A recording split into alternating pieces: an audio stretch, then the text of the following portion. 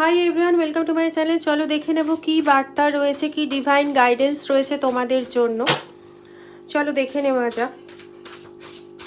রিডিংটা timeless, gender specific নয়, সমস্ত জোডিয়াক সাইনে মানুষের জন্য রিডিং। কোথাও তোমার শত্রুর অনেস্টি এই মুহূর্তে প্রচণ্ডভাবে ল্যাক করছে, মানে শত্রুর অনেস্টি ল্যাক করছে। কথাটা কীরকম না,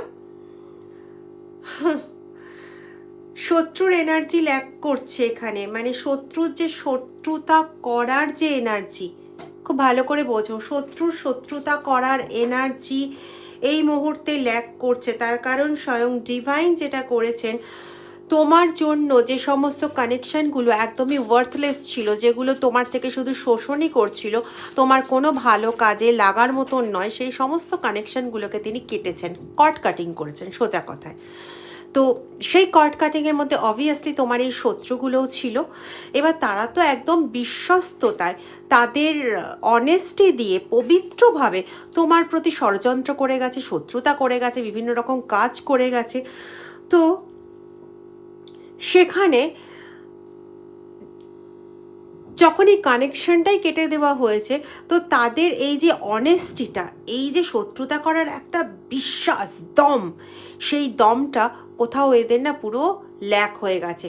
এই ক্ষেত্রে এদের ওই শত্রুতা করার যে অনেস্টি, সততা, বিশ্বাস, সেই জায়গাটা কোথাও পুরোপুরি ওদের কাছ থেকে হেরে গেছে। ওরা সেই এনার্জিটাই পাচ্ছে না এখন।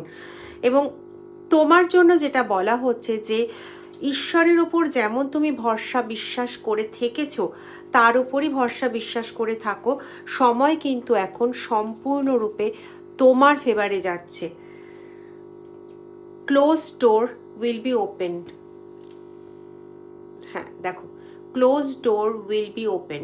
তোমার যত দরজা বন্ধ হয়ে গেছিল, সমস্ত দরজাগুলো কিন্তু একটার পর একটা পর পর তোমার জন্য খুলে যাবে, পর পর খুলে যাবে। এবং তোমাকে এমন দরজার সামনে দাঁড় করানো হচ্ছে, যে দায়িত্ব, যে মান সম্মান পাওয়ার জন্য তোমার যতটা পরিশুদ্ধ হওয়ার দরকার ছিল, যতটা শক্ত হওয়ার দরকার ছিল, তোমাকে কিন্তু এখন ঠিক ততটাই শক্ত করে নেওয়া হচ্ছে।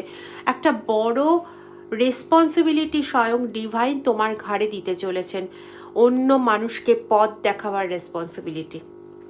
তুমি কিন্তু কোনো সাধারণ মানুষ নও।